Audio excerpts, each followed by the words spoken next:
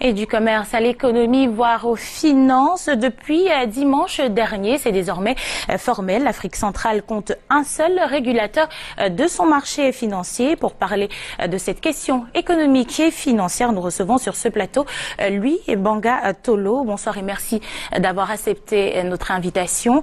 Vous êtes expert en questions financières, directeur général Sogebourse CEMAC, récemment agréé pour la Commission des marchés financiers du Cameroun. La fusion est faite. Quelles sont les implications d'une telle démarche?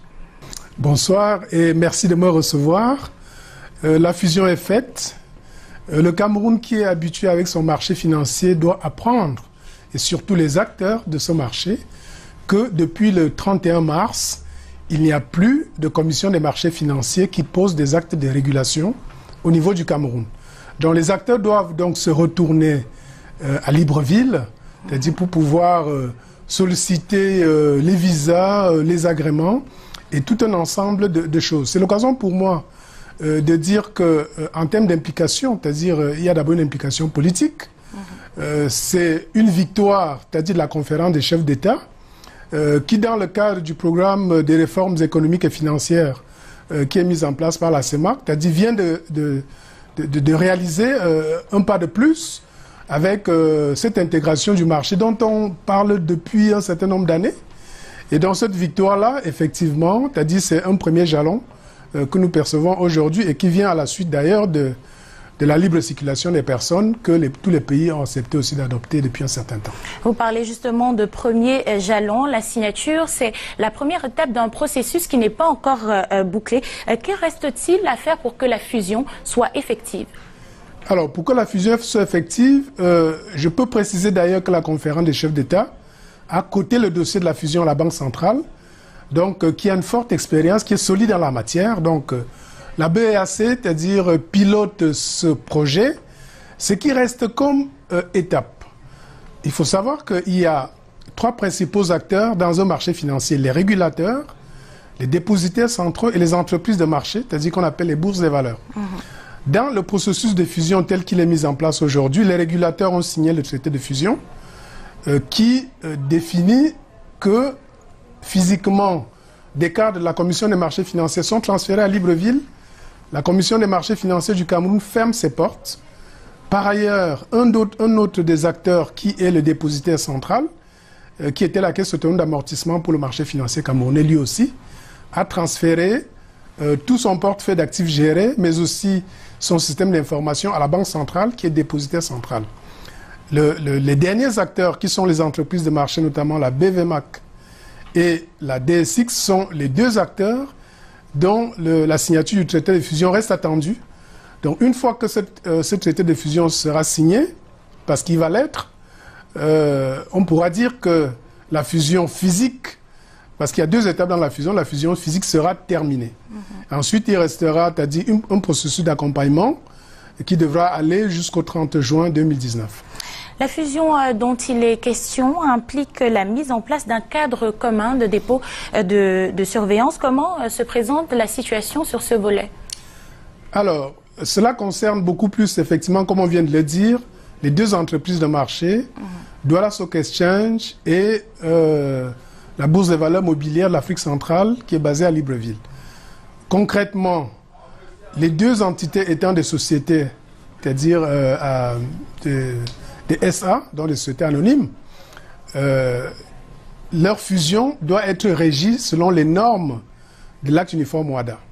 Ça veut dire que ce que la Banque centrale qui pilote le projet a fait, ils ont commencé par désigner un cabinet, PricewaterhouseCoopers, pour pouvoir faire une due diligence, donc des audits en termes de valorisation, en termes de moyens, de personnes, d'instruments, de capacités financières. Et aujourd'hui, sont arrivés à un résultat qui fait que le schéma de fusion est déjà adopté. On attend tout simplement que les deux entreprises signent effectivement ce traité de fusion.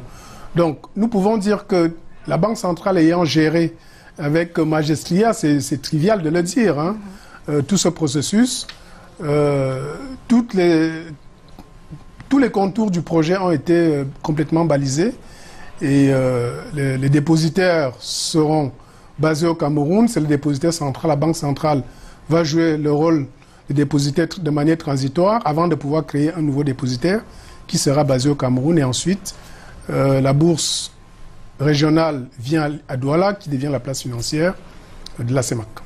Parlons à présent de la ressource humaine dans cette nouvelle structure. Qui a droit à quoi et qui fait quoi? Alors, on va parler de ces nouvelles structures. Comme nous venons de dire, il y a des régulateurs. Et je viens de dire tout à l'heure que la fermeture des portes de la Commission des marchés financiers à Douala s'est soldée par le transfert d'un certain nombre de ressources, des hauts cadres qui sont allés à Libreville et qui y sont déjà depuis plus d'un mois. Donc ça, c'est réglé, sachant que tout le personnel qui n'a pas été identifié pour rejoindre le régulateur COSUMAF à Libreville, il y a eu un plan social. Donc ils ont été remerciés avec des indemnisations, c'est-à-dire conformément au droit social au Cameroun. Ensuite, vous avez les régulateurs, dont la Caisse autonome d'amortissement qui était basée à Douala, aujourd'hui a transféré tout son effectif à Yaoundé.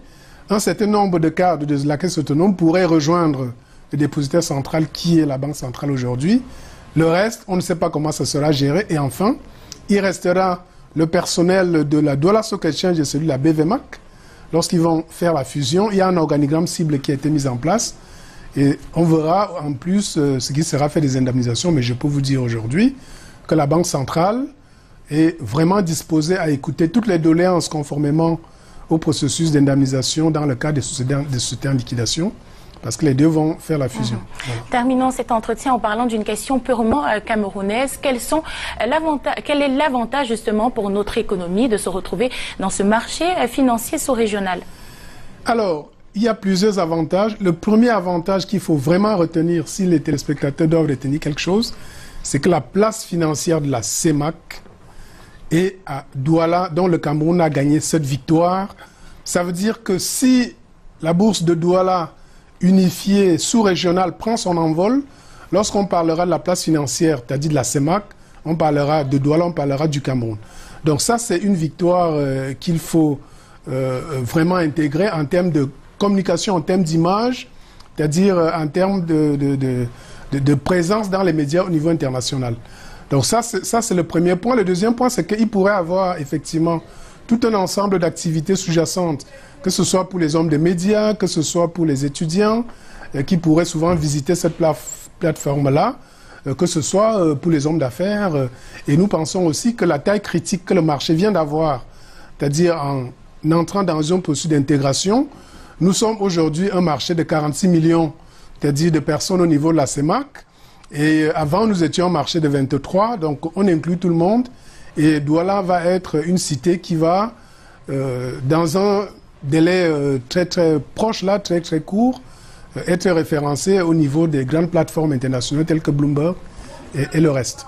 Merci à vous, Monsieur Louis Mangatolo, pour cet éclairage et d'avoir accepté cet entretien. Vous restez des nôtres, vu qu'on va parler tout de suite d'emploi, des solutions pour promouvoir l'entrepreneuriat jeune, les journées d'éveil et de réarmement entrepreneurial organisées à l'université de Ngaoundéré par le réseau des parlementaires Espérance Jeunesse.